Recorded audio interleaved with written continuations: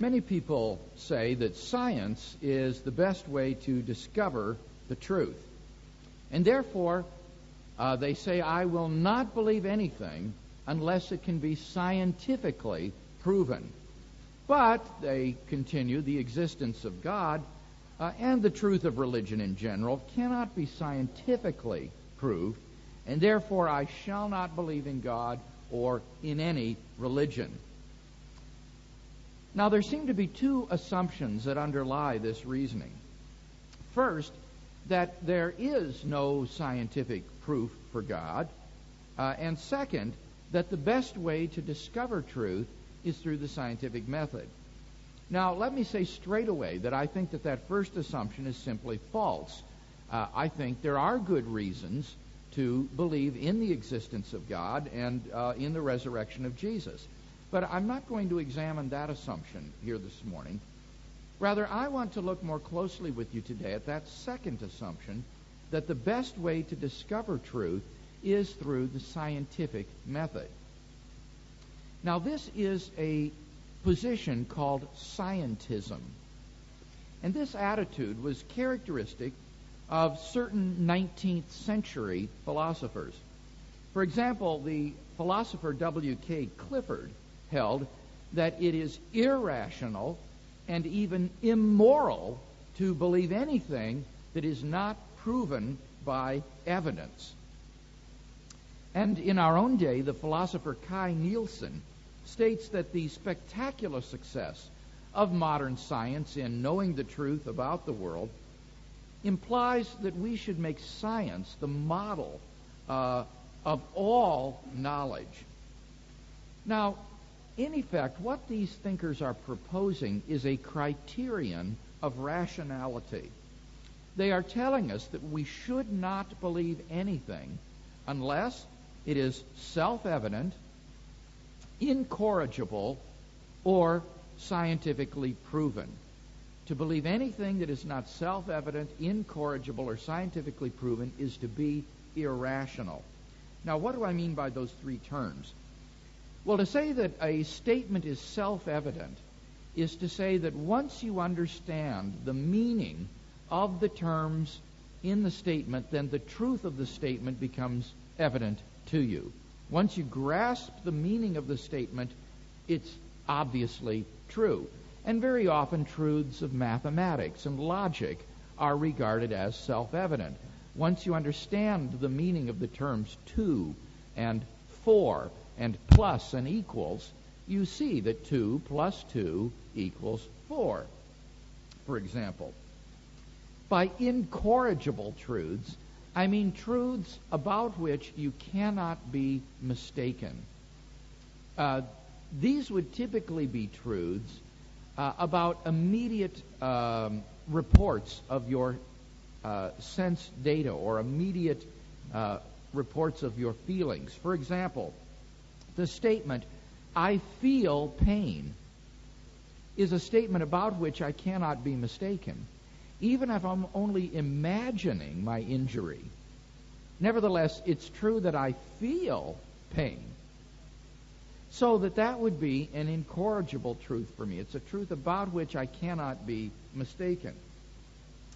The third type of truth, scientifically proven truths, is more difficult to define, but I think we have a sort of rough and ready idea of what we mean by this, namely truths that are established by empirical evidence.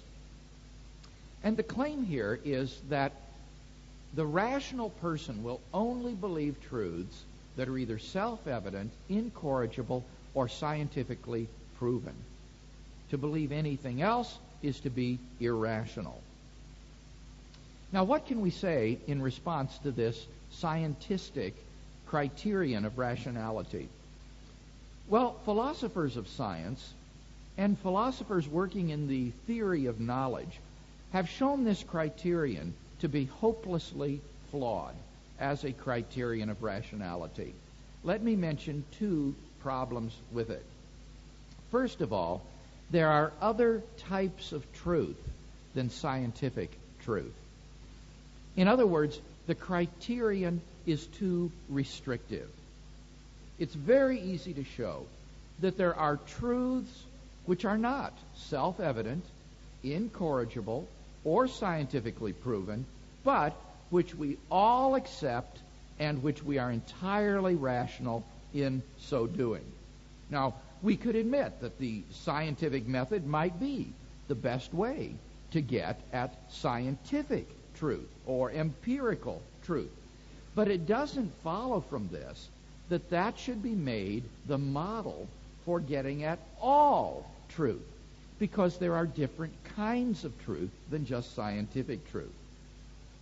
I'm reminded in this connection of a story told by the late British philosopher Gilbert Ryle about a bursar, or a financial officer, at the University of Oxford, who claimed to know everything about the university. Now, we might say, well, that's ridiculous.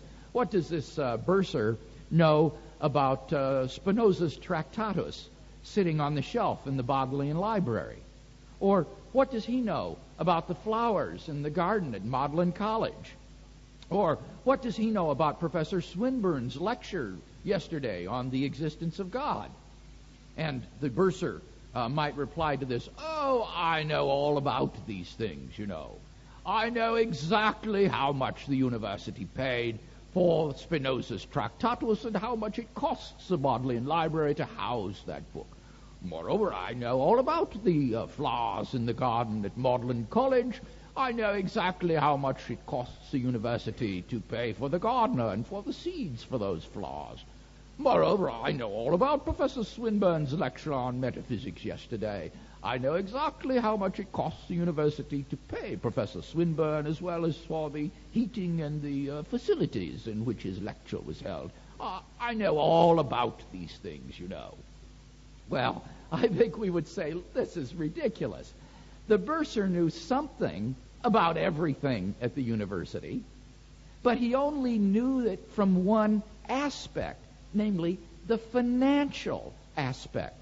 But he knew nothing about the truth of of Spinoza's ideas in the Tractatus. He knew nothing about the beauty of the flowers in the garden at Magdalen College. He knew nothing about the coherence of the ideas of Professor Swinburne's lecture on the existence of God. All he knew about was the financial aspect of all of these things. Now, in exactly the same way, we could theoretically admit that there is some scientific truth about everything in the world. And yet, that would only be one aspect or facet of the truth. It is very easy to show that there are other aspects of truth besides the scientific truth about things. Now, this should already be obvious in the case of self-evident and incorrigible truths. Self-evident truths of logic and mathematics cannot be proved scientifically because science presupposes logic and mathematics. Similarly, incorrigible truths cannot be proved scientifically, for these are private reports of one's own sensations. So it's already evident from self-evident and incorrigible truths that there are other kinds of truth than scientifically provable truth. But there are other areas as well. First of all, ethics. Ethics. From a scientific description of the world, we can make no inference whatsoever about right and wrong, about good and evil, about statements of value. This is the old distinction between what is and what ought to be the case. Science can give us a description of what is the case, but science can make no prescriptive statements about what ought to be the case. Now, this has shattering implications for science. For the entire scientific enterprise is based upon the assumption that one's scientific research and one's results are carried out and reported honestly.